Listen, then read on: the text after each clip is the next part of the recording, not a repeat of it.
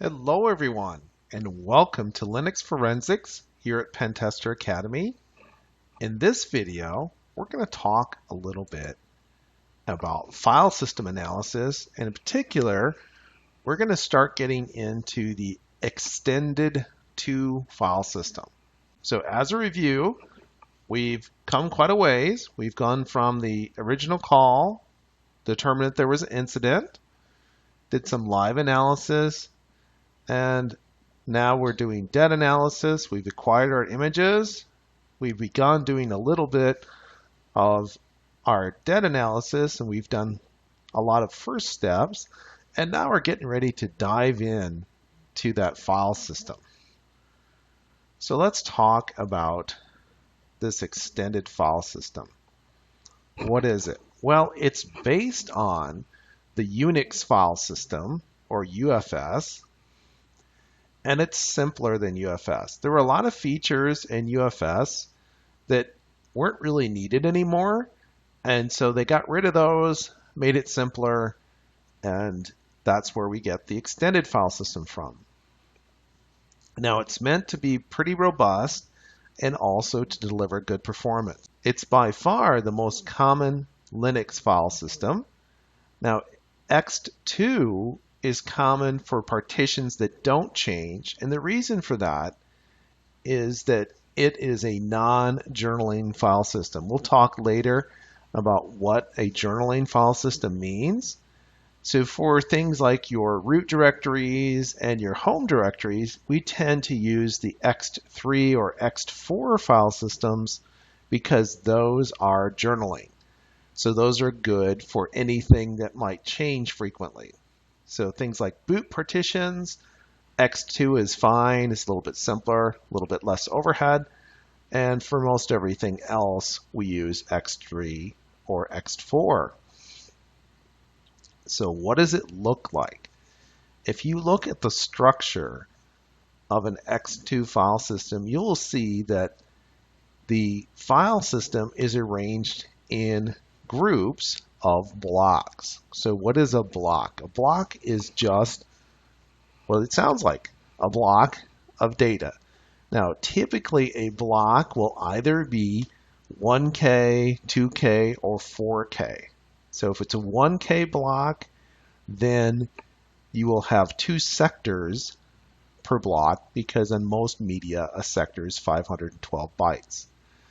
So we will start our file system with some boot code,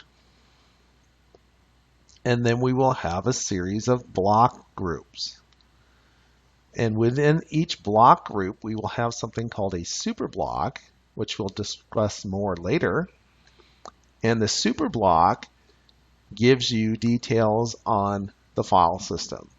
So how many blocks in total are there? How big are the blocks? How many groups are there? Etc. All of that's in the superblock. The superblock is repeated in every block group. And this allows you to have some redundancy in case the main superblock in the first group goes bad. You have other things in each group. You have a group descriptor, a data block map, an inode bitmap, inode tables, and then data blocks.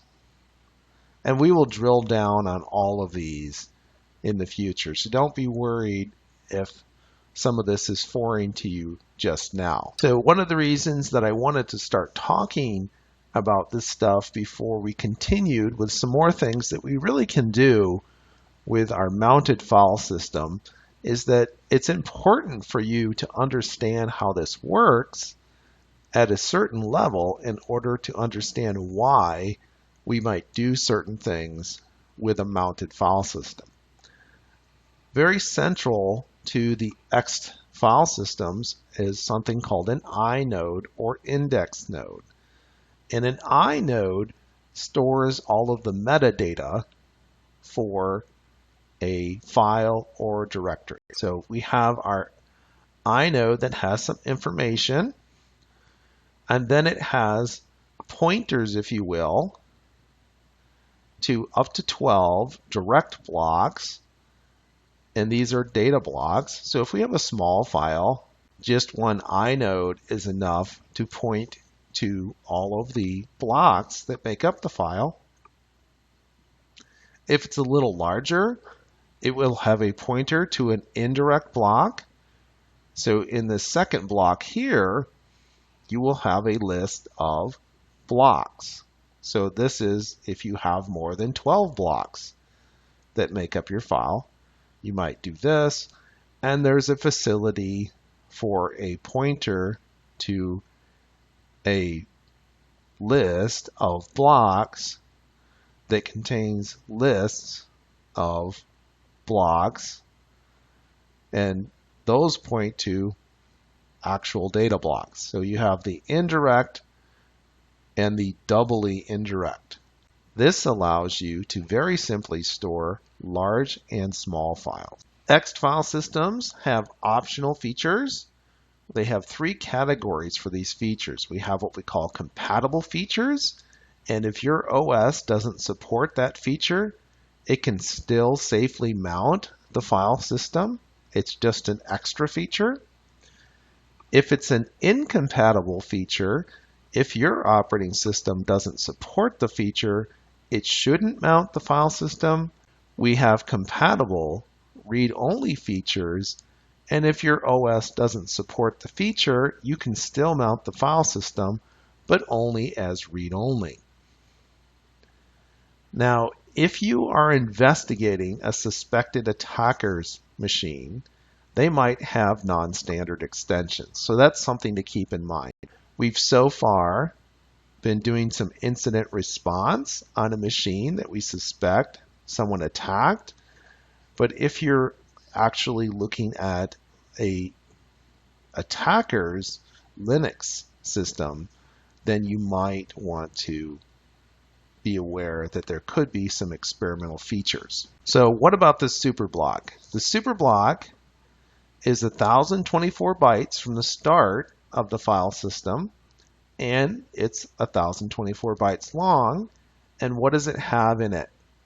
We said that it's repeated in each block group, and it has things like the block size, total number of blocks, how many blocks are there in each group, how many reserved blocks are there before the first block group, how many inodes are there in total, how many inodes are there per group, what's the volume name, what is the last write time for the volume, when is the last time that the volume was mounted, and where was it last mounted. There's also information that tells you if the file system is clean. Was it cleanly mounted and unmounted, etc. So how can you get some basic information for an X2, 3, or 4 file system? It's pretty easy to do, and I'm going to use a tool from the Sleuth Kit to do this. So I'm here at my command prompt, and I am going to run fsstat. Before I can run fsstat, I need to know where the partition starts. And we showed you before that you could use fdisk on a disk image. So I'm going to do fdisk on media, Phil, Toshiba, disk images 2015, 3, 9, img, and I'll run fdisk on that. Hit P to print. Here's the important part. My file system starts 2048 sectors into the file system. Now I run fsstat -o with an offset of 2048 on media, Phil, Toshiba, disk images, 2015, 3.9, img. I will get a bunch of information. I'm going to pipe this to more for now. And you'll see it starts out telling me this is an ext4 file system. Here's the volume ID. Here's when it was last written, when it was last checked, when it was last mounted, and it was unmounted properly, so it's clean, and it was mounted as a root file system. And here we have that list of features. So our compatible features are, it's a journaling file system, it has extended attributes, resizable inodes, directory index, incompatible features, file type, extents, and flexible block groups. Read-only compatible features, sparse super, large file, huge file, and extra inode size. And then we have some more metadata information. So our inodes range from 1 to 1,048,577. It's right here. I have the root directory in block 2, which is the standard. Here's how many free inodes I have. Here's the inode size in bytes, 256 bytes.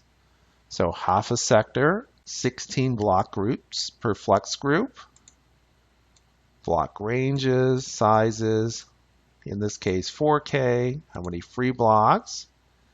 And we have 128 block groups with 8K inodes per group and 32K blocks per group. And then this tool will iterate over each of those block groups, which for our purposes here is not terribly interesting. Well, that's all for this video. As always, if you're enjoying these videos here at Pentester Academy, please tell a friend. We'll see you soon.